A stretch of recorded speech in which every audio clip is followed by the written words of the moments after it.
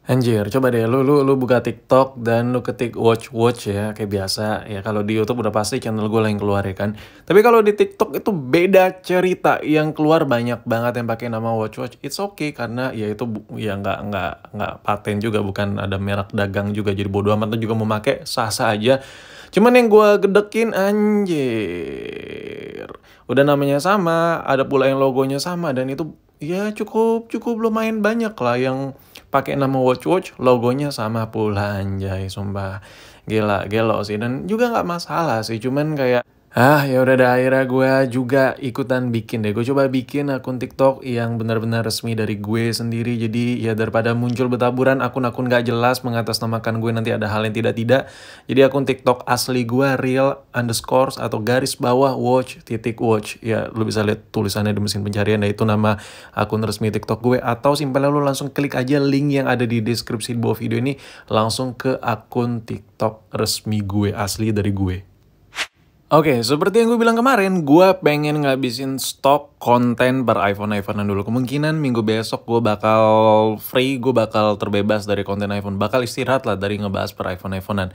Nah, ini adalah iPhone XS varian Max yang banyak banget kemarinnya lagi sama penonton-penonton gue. Bang, coba dong bahas iPhone XS Max. Dari kemarin lu bahas iPhone 11 dan XS biasa.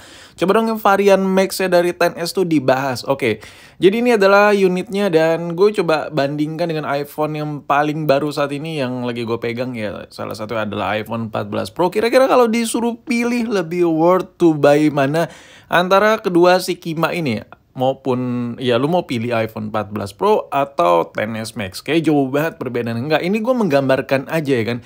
Pokoknya lu kalau nonton video komparasi di channel ini pasti beda deh, pasti ngaco gitu.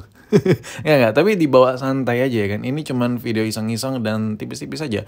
By the way, kalau lu belum tonton videonya, kekurangan-kekurangan, kelemahan, kejelekan-kejelekan, kenggak jelasan yang ada di iPhone 14 Pro, banyak gagalnya, banyak cacatnya iPhone 14 Pro. Coba lu tonton dulu video gue yang judulnya ini, please jangan beli iPhone 14 Pro, banyak masalahnya. Lu tonton dulu, linknya gue taruh deh di deskripsi, biar video ini tuh lebih nyambung. Karena kalau lu belum tonton video ini, lu bakal ngatain gue. Oke, di sini gue pakai dua perumpamaan ya. Lu pilih iPhone XS Max atau lu pilih iPhone 14 Pro. Sedikit nggak ngotak emang, tapi ya namanya juga channel nggak jelas ya kan. Channel nggak jelas tuh ngupload sesuatu yang nggak jelas gitu. Nah, gue yakin sebagian dari lu kayak pengen banget upgrade iPhone dan mungkin ada kepikiran buat upgrade ke iPhone XS Max. Dan kalau lu berpikiran untuk upgrade ke situ, why not gitu. Ini adalah salah satu iPhone yang sangat-sangat worth to buy menurut gue secara personal ya. Ciri-ciri orang yang cocok buat beli iPhone XS Max itu menurut gue hampir mencakup semua orang menurut gue. Kecuali videografer sama fotograferan. Tapi kalau lu pengen terlihat tajir, pengen terlihat wah gila, pengen terlihat seperti orang berduit nggak habis-habis, atau ya mungkin ini adalah pilihan yang cocok menurut gue. Karena dari sudut value for money-nya, kalau lo beli sekarang ini, jujur ini nggak ada worth-it-an sama sekali. Mending beli iPhone 13 Pro atau 13 Pro Max yang sudah final, yang sudah benar-benar bagus gitu. Nggak ada cacat-cacatnya, karena sudah diperbaikin dari sistemnya. Dan menurut gue jawabannya kalau di antara kedua ini, mana yang paling worth to buy dari segi value for money-nya, lu ngeluarin duit, mana yang paling untung untuk didapat dengan apa yang lu dapat dari sisi harga, jawabannya adalah iPhone XS varian Max. Gue bakal bahas secara rinci dengan versi gue sendiri. Jujur, kalau lo tonton video ini sampai habis, lo nggak bakal ngerasain experience yang sama dengan channel-channel lain yang lo tonton. Karena gue komparasinya agak sedikit beda nih. Nah, hal pertama yang bakal lo dapat ketika lo beli iPhone XS Max adalah, ya lo bakal dapat dengan kelengkapan charger yang sangat-sangat monoton. Ya, kalau lo beli yang kayak seri XR, kayak seri 11 yang resmi Indo baru-baru ini, baru-baru beberapa tahun belakangan ini yang agak-agak new gitu, lo bakal nggak dapat chargeran. Hanya kotak tipis ya.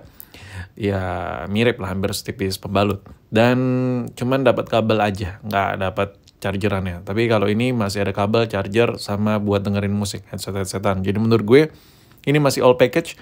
Tapi ada satu yang memalukan dari paket ini adalah ya adaptornya masih 5 watt. Jadi kalau lo beli iPhone XS atau XS Max yang resmi, yang masih ori-orian semua, tetap aja adaptornya nggak ngotak. dan nggak terlalu guna menurut gue. Cuma 5 watt. Ngecas kiamat baru full. Nah, sekarang ngomongin soal handphone ya. By the way, untuk adaptor tadi lu bisa solusinya, nemuin solusinya gampang. Sekarang udah banyak banget yang jual adaptoran ya kan, yang 2 ampere, yang 3 ampere ya kan, yang 20 wattan ke atas. Nah, sekarang kita bahas untuk iPhone-nya sendiri. Untuk iPhone-nya sendiri jujur ini layarnya enak banget men. Gua pikir itu kayak bakal ketinggalan zaman banget gitu. Tapi ngerasa enggak loh. Setelah gue pakai enak. Nah, gue coba bandingkan dengan iPhone 14 Pro. Ini bedanya apa sih layar iPhone XS Max ini? Ya kan iPhone 14 Pro masih di atas 20 jutaan ke atas, sedangkan XS ya lu bisa beli di harga 5 juta lewat dikit ya untuk varian XS. Dan untuk varian Max lebih mahal dikit lah. Tapi intinya untuk iPhone 14 Pro di atas 20 juta dengan spek layar yang berbeda, apakah worth it nih? Gue bakal coba jelasin. Di sini untuk layar jelas gedean iPhone XS Max karena ini varian Max. 6,5 inci ukurannya, sedangkan 14 Pro cuma 6,1 inci. Di sini yang ngebedain hanyalah si Pukima Dynamic Island aja. Nah, untuk spesifikasi layar, ketajaman layar itu sama menurut gue karena memang iPhone XS Max lebih besar, jadi PPI-nya tuh wajar lebih dalam. Nah, di sini untuk nits ya ini beda banget. Nah, jadi perbedaan yang paling menonjol antara layar iPhone XS Max atau seri XS dengan iPhone yang harganya masih di atas 20 juta alias iPhone 14 Pro adalah bedanya cuma di nits-nya aja. Oke. Ini dari segi spek yang paling sangat-sangat menonjol. Kalau masalah Pukima Dynamic Island kita singkirkan dulu lah ya. Nah, ini wah gila sih, nits yang ada di iPhone 14 Pro itu lu kalau lihat tuh typical brightness on HDR-nya itu udah 1600, which is tuh kayak hampir 2 kali lipat lebih terang daripada XS, layar XS. Dan anjir kalau outdoor-nya 2000 nits. Nih di sini nih kalau lu perhatiin layar iPhone 14 Pro 460 ppi sedangkan XS Max 458 ppi. Otomatis ya ketajaman layarnya sama loh menurut gue ya. Nah, terus kalau wah ini gue bakal coba kasih lihat deh. iPhone 14 Pro Max itu, iPhone 14 Pro maksud gue, itu menangnya dari XS Max apa sih? Nah, brightness-nya terlalu silau cuy. Dan ini bagus memang, ini adalah sebuah kelebihan. Jadi kalau lu pakai di outdoor lu nggak bakal silau layar lu. Cuman anjir, apa harus gitu lu spend waktu? Aduh, gila sih, gue susah ngejelasinnya tuh agak blebet gitu. Apa harus gitu? Lu tuh upgrade iPhone 14 Pro cuman karena si Pukima Dynamic Island ya? Menurut gue nggak masuk akal, cuy. Sumpah. Masih banyak kecacatan yang ada di iPhone 14 Pro.